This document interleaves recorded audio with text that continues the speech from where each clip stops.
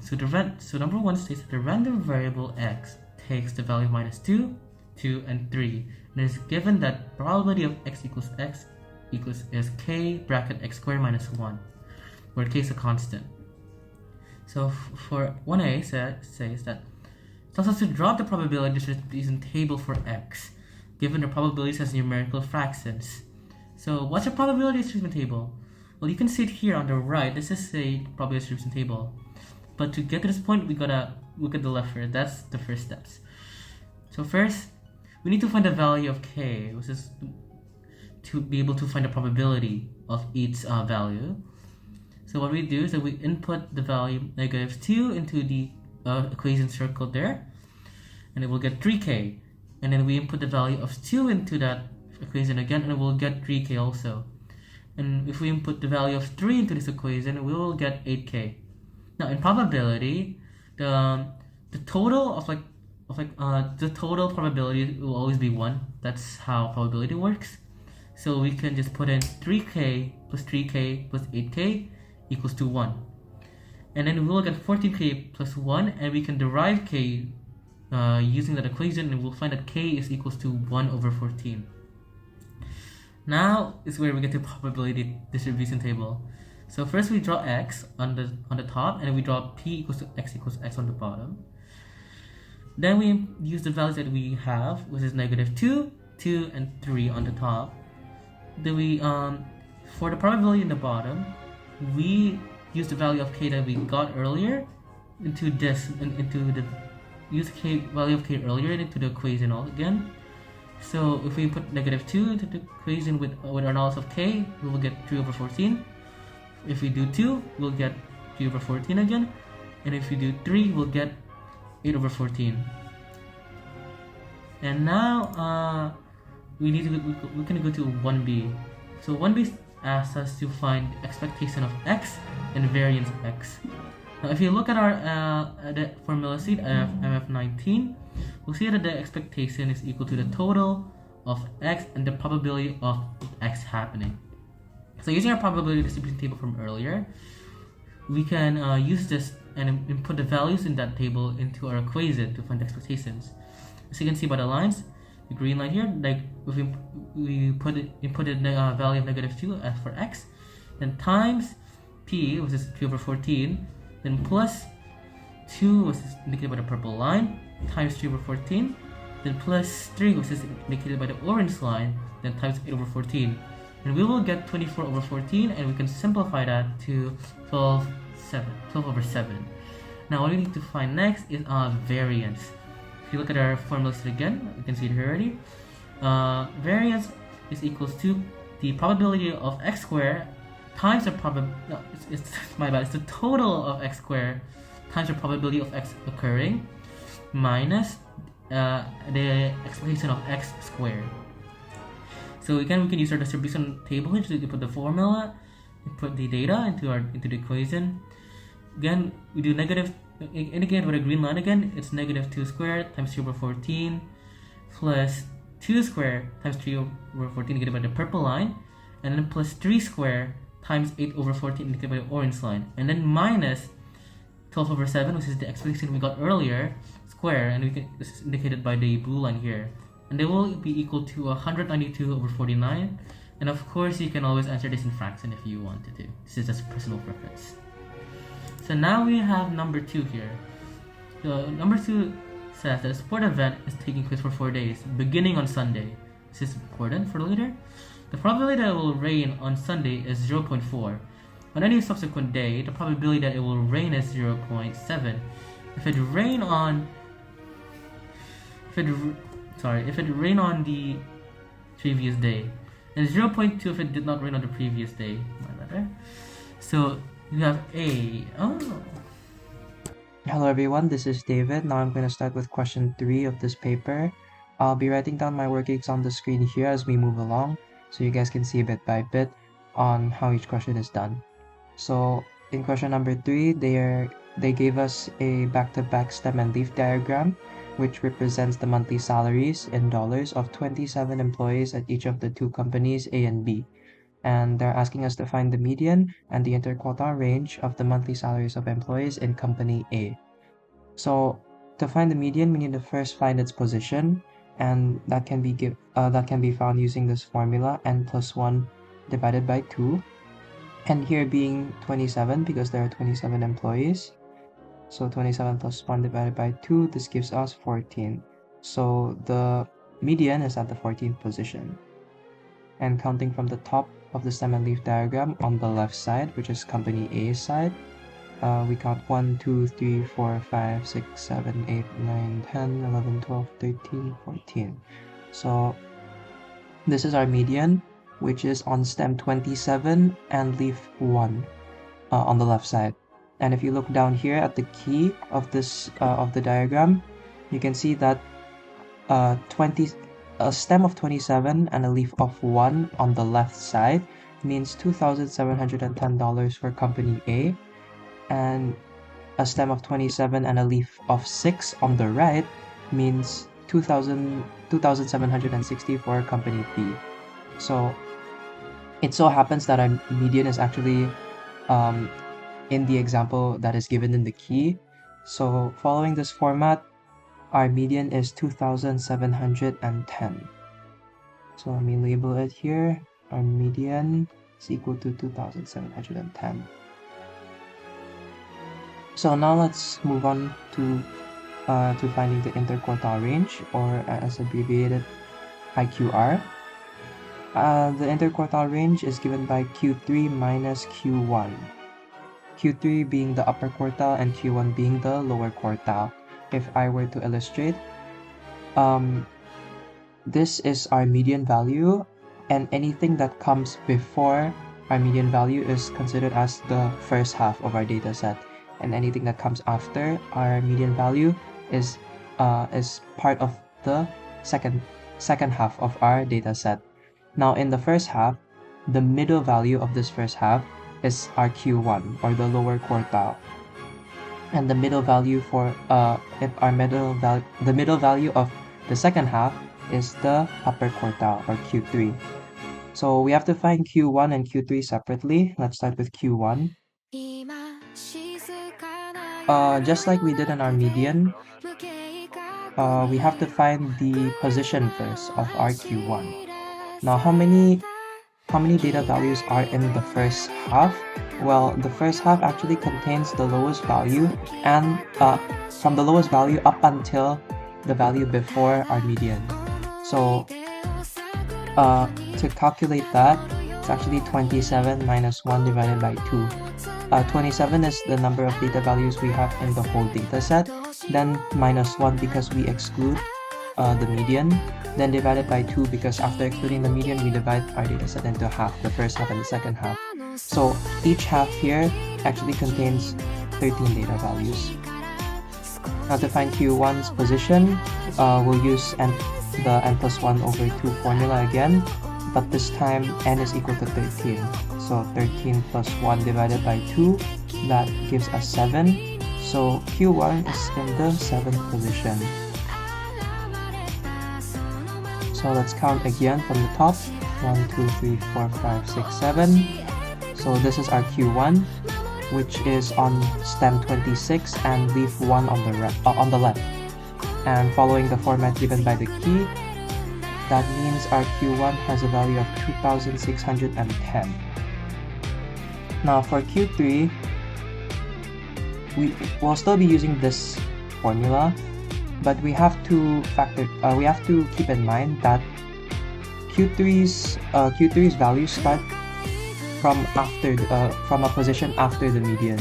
So we have to consider we have to add the median's position first, which is 14, to find the position of this Q3 in our data set.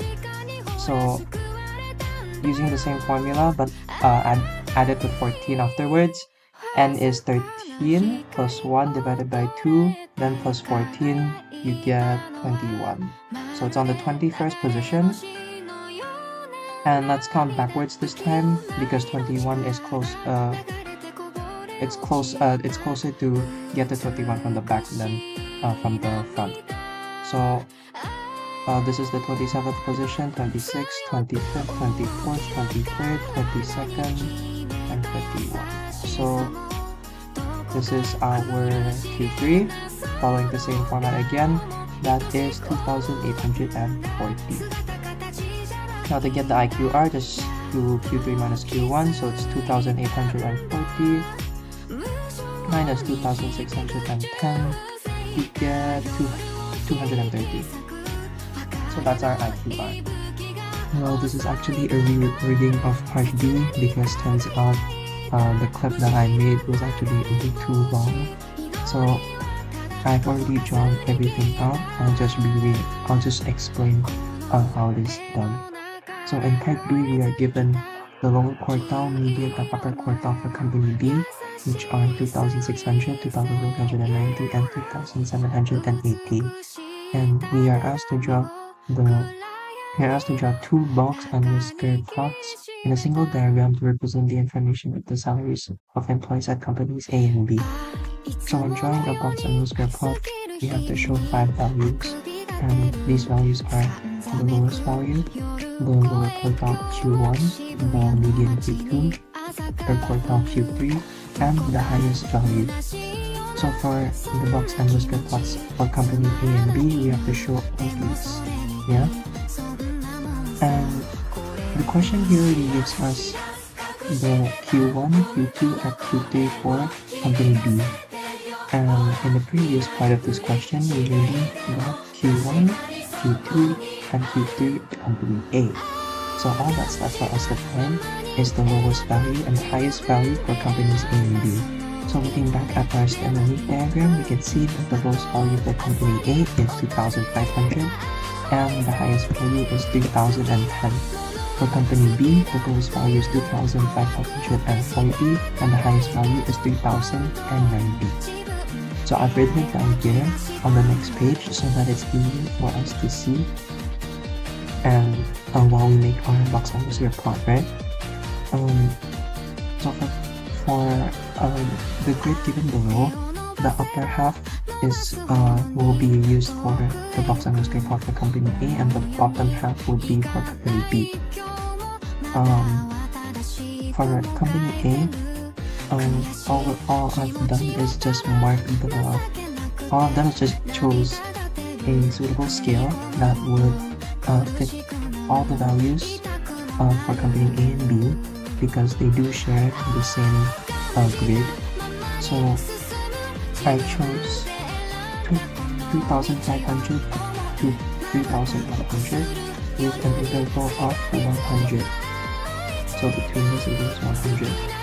And all I've done is mark these 5 values here for each of the companies. So this is my lowest value, my Q1, my Q2, my Q3, and my highest value for company A.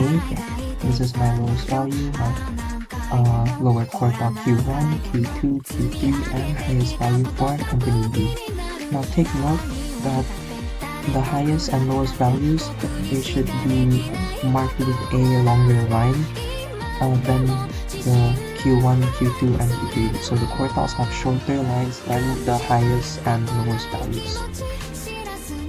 So that's just about it for question B. Now let's move on to question C. Okay, for part C, comment on whether the mean would be a more appropriate measure than the median for comparing the given information for the two companies. So looking at our box and whisker plot, it is very obvious that this is an extreme value, or this is an outlier, right? It's just so far away from from the average data. So an outlier would definitely affect the mean value. So in this case, the median would be a more appropriate measure. So median would be a more appropriate measure.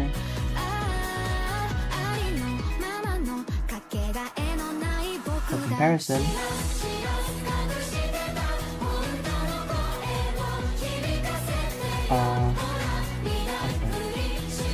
outlier, or also known as the extreme value, in company B.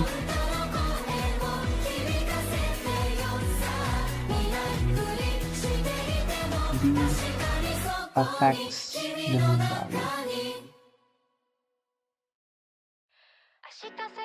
Okay. Okay, for question number 4, a fair 5-sided spinner has sides labeled 1, 2, 3, 4, and 5. The spinner is spun repeatedly until a 2 is obtained on the side on which the spinner lands. The random variable x denotes the number of spins required. So find px equals 4. Okay, so this scenario actually can be modeled as a geometric distribution. So x can be modeled as a geometric distribution with a chance of success, which is 1 over 5, because we're spinning a fair 5-sided spinner, and out of these 5 options, we only want 2, so it's 1 out of 5. And our q would be 4 over 5, because q is still the chance of not success. So the probability of x equals 4 is q to the power of 3 times p to the power of 1, which is 4 over 5 to the power of 3 times 1 over 5 to the power of 1. Now usually I would write it as decimal, so the final answer here I'll be writing it as decimal. Let's go on. Let's into the calculator.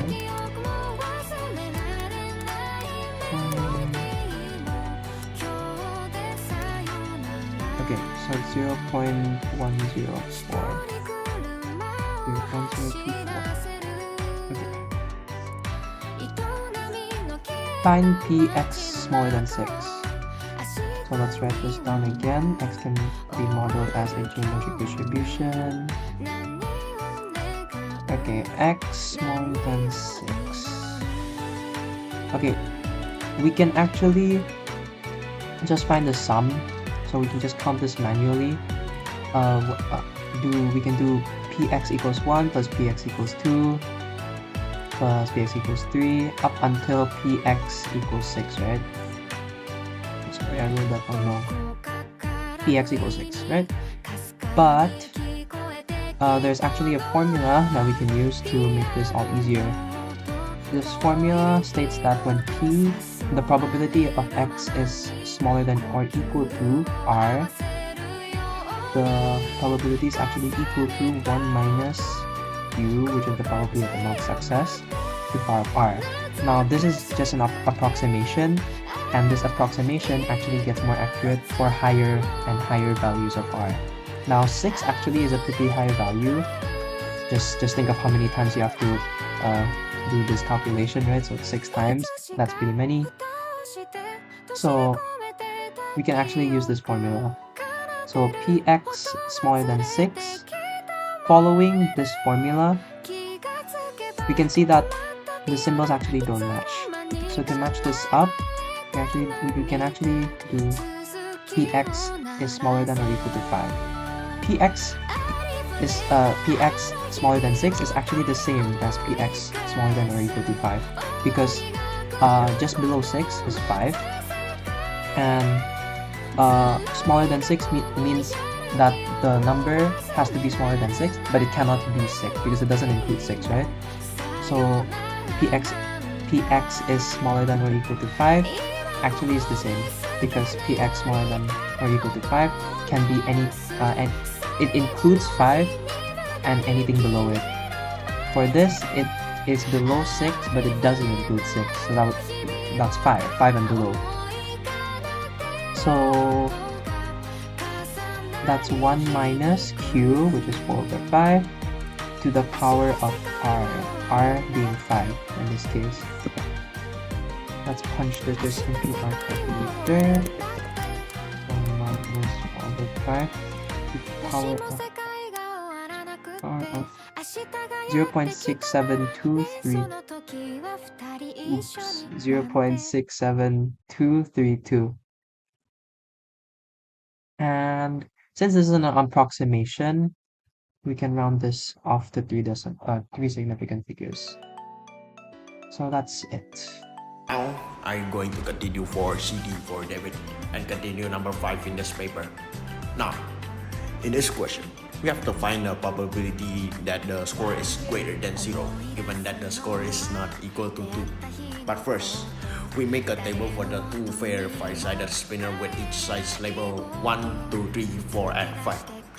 And then you will get the results inside the table here, right there. Then we also have 2 probabilities that has been given, which is A, the score is greater than 0, and B, the score is not equal to 0. Now, in this question, we're going to use conditional probability formula that consists of probability A and B over probability of B. But what is probability A and B? Probability A and B is basically the combination of 2 events that we got already. So we can ignore number zeros and the numbers 2, leaving us only 14 out of 25. Then there is probability B, which we will just gonna ignore number 2 only, and that leaves us with 19 over 25. Now that we get 14 over 25 over 1925, we will just scratch the 25s out and we get the result, which is 14 out of 19. Next, in this question, we have to find the probability that the score is greater than 2 on at least 3 occasions. First, we're going to use the previous table that we just made and find the score that is greater than 2, which we got 6 out of 25. Then we're going to use binomial distribution in this question, and there is 9 randomly chosen spins and the probability that we just found, which was 6 over 25. In the question, it asks that the probability that is the greater than 2 is going to be around at least 3 times. But if I do greater than, I will struggle a lot to find greater than 3, like 4, 5, 6, and then so on. So another solution is by reversing the question into less than 3, which will be 0, 1, and 2. Then eventually you put the probability of not getting the greater score and the probability of getting it, vice versa. Then since it is greater to less than, don't forget to put 1 minus the probability that you're going to put, which is right here. Then you get the result of 0.371. Now on to number 5. We have to calculate the 250 birds that we expect to have the length between 15.4 and 16.8. In this question, we're going to use normal distribution, and the question already provided the mean and standard deviation, which is 16.5 for our mean and 0.6 square for our standard deviation. Then the formula that we're going to use here is z equals x minus m over standard deviation. Since the probability is in between 15.4 and 16.8, which is the x we have, we are going to input those numbers into each formula, which will going to be like this. Then you get the result of probability negative 1.833 less than z less than 0.5. To make it simple, just subtract the biggest to the lowest. But this is negative, and in the normal distribution table, there is no such thing as negative, because the normal distribution here are symmetrical, so it doesn't really matter. By meaning, just ignore the negative, like how you ignore your people's. Then when you turn the z value from the distribution table, you will get these numbers, and then you calculate it and get 0.65081 as a result. But we're not done yet. We gotta calculate and find the expected length between 15.4 and 16.8. We can do that by just calculating the number of birds, which is 150, and you can multiply it, and then you will get the result that you just got, which is 0.605081. Then you get the result for real this time, which is 99 birds. Now for the next one in this question, we have to find the standard deviation according to this question. We already got the mean and the answer, which is 72%. And since this is a percentage, we are going to turn it into decimal, which is 0.72. Since we are trying to find the probability greater than 17.1, we're gonna turn it into less than 17.1 by subtracting it with 1 with the z value, that we get from 0.72. Now we're going to find the exact same distribution that is 0.72, which is 0.583, or you can just say negative. Then you can substitute with negative 0.583, which is equal to 17.1 negative 18.4 over mu, which will be negative 1.3 mu. Then you substitute it for real this time, and you get the result, which is 2.2. I'm back, guys.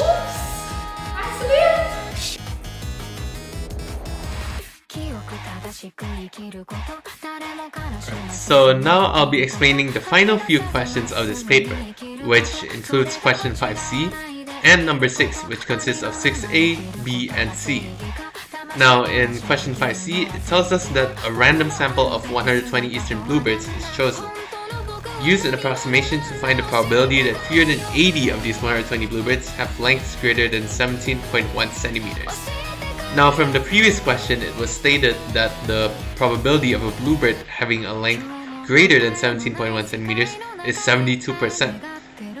So we can create an approximation using the binomial distribution in this question.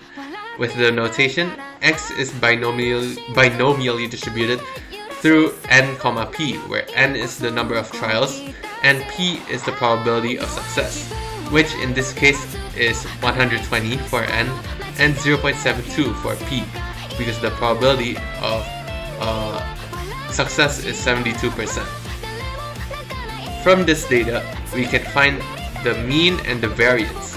We can find the mean by using the formula n times p, which is 120 times 0.72, which gives us a value of 86.4 for the mean. And then for the variance, we can do n times p times q, where q is the probability of failure, also known as 1 minus p. So n times p times q is equal to 120 times 0.72 times 0.28, which gives us a value of 24.192 for the variance. After we have found the mean and the variance, we can create a normal distribution from this, because the normal distribution requires the values of the mean and the variance, which is x is normally distributed with a mean of 86.4 and a variance of 24.192. From this, we can find the probability using another formula, which is z is equal to x minus mu over sigma, or x minus mean over the standard deviation. So the probability that fewer than 80 of these bluebirds is the probability of z is less than 79.5 minus 86.4 divided by the square root of the variance, which is 24.192. Now you might realize that for the value of z, I used 79.5 but not 80. So why is there a 0.5 decrease in the value of this? So when we transfer numbers from the binomial distribution into the normal distribution, we would have to apply a correction of plus or minus 0.5. To better help explain this, I drew this diagram. So for the value of 80, which is less than the mean of 86.4, we would also need to draw a small bar here to show that this data is transferred from the binomial distribution. And because it's fewer than 80, so it's less than, we have to shade the area that is less than 80. So in here we assume that 80 is the whole bar. So that means that it's less than 79.5, because the correction is plus or minus 0.5. So from this, we can input 79.5 into the formula, which gives us this.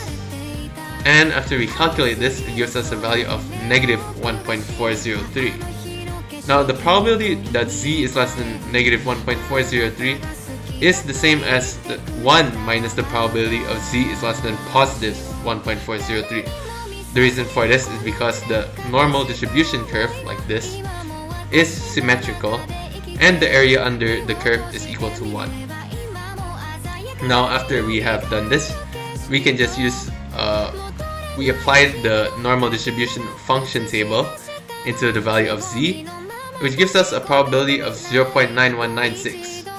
And in the end, we just need to subtract this from 1, and giving us a final answer of 0.0804. So the probability that fewer than 80 of these 120 bluebirds that have lengths greater than 17.1 centimeters, is 0.0804. Moving on to question number 6. So in a group of 25 people, the question tells us, there are 6 swimmers, 8 cyclists, and 11 runners. Each person competes in only one of these sports, and a team of 7 people is selected from these 25 people to take part in a competition. First, we need to find the number of different ways in which a team of 7 can be selected if it consists of exactly 1 swimmer, at least 4 cyclists, and at most 2 runners. So the key word that we can get from this question is selected.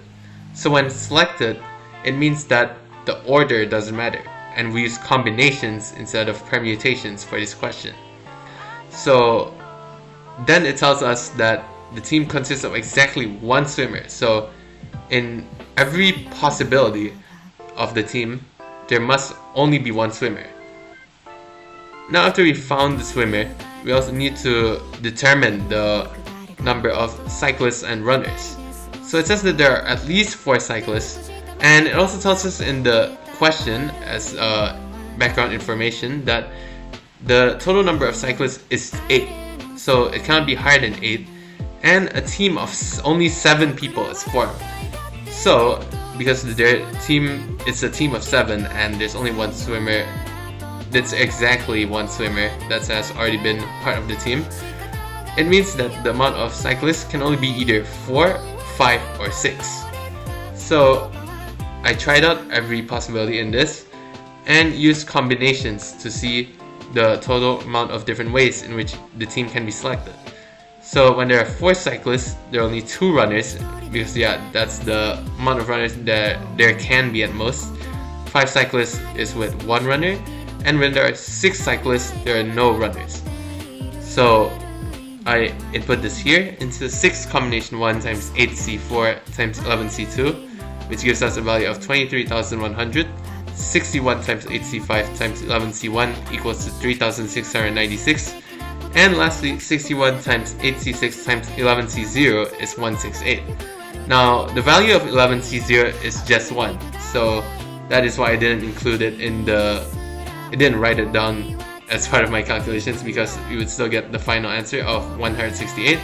And after we total them up, we sum them up together, it gives us the final value of 26,964, which is the total number of different ways which the team of 7 can be selected.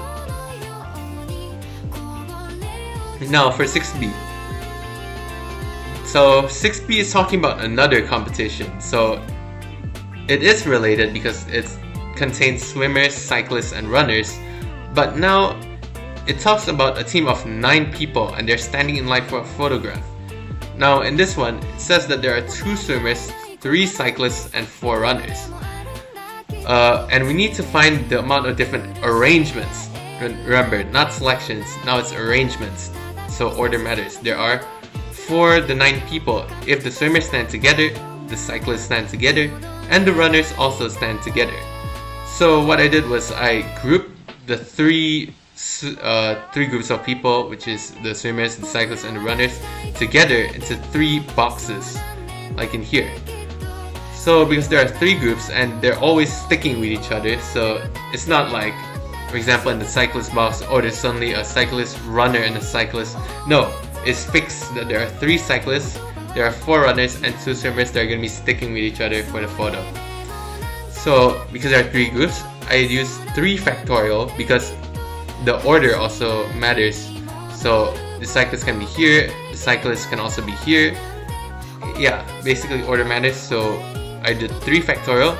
And we also gotta account for the order within the groups. For example, swimmer 1 and swimmer 2, that's just for example, I give them numbers. They could stand like interchangeable. It's not like swimmer 1 is always going to be on the left and swimmer 2 is going to be on the right. So because the order also matters within these boxes, we would also need to account for these by doing calculations for them, which is 2 factorial because for the 2 swimmers, 3 factorial for the 3 cyclists, and 4 factorial for the 4 runners, which gives us a final value of 1,728 different arrangements there are for the 9 people if the 3 groups of swimmers, cyclists, and runners stand together. Now for the final question. How many different arrangements are there of the 9 people if none of the cyclists stand next to each other? So for this one, what I did was I tried to see where the cyclists can stand in the group. So it tells us that it is certain that none of them will stand next to each other. So what I did was I included gaps in between the swimmers and the 4 runners, because it can be like the 3 cyclists are in the first 3 gaps, or maybe they're in like the last 3 gaps, or they're somewhere else in the middle. So it is possible for this to happen, but we would also need to account for, let's account for the different arrangements of the swimmers and runners first, which is 6 factorial in this. So there is 6 factorial because that's the amount of possible different arrangements there are for the 2 swimmers and the 4 runners in the picture, and we multiply this with the cyclists. So in here I did 7 permutation 3. So the reason why I did this is because there are 7 possible gaps where the cyclists can stand in the picture, and since there are 3 of them, I used as the second number for the permutation. And remember, because it's talking about arrangement, the order matters, so we cannot use combinations. So 6 factorial times 7p3 gives us a final result of 151,200 as the total number of different arrangements there are for the 9 people if none of the cyclists stand next to each other. Now that is the end of this paper. Thank you all for watching our video reviewing AS Level Mathematics Paper 5, Probability and Statistics 1 for the May-June 2023 series. We hope that this video is helpful for you all, and I guess that is it. See you guys. Goodbye. I'm a sharpshooter at Boost Masquerade, heart in both face and mind, all free for you to draw.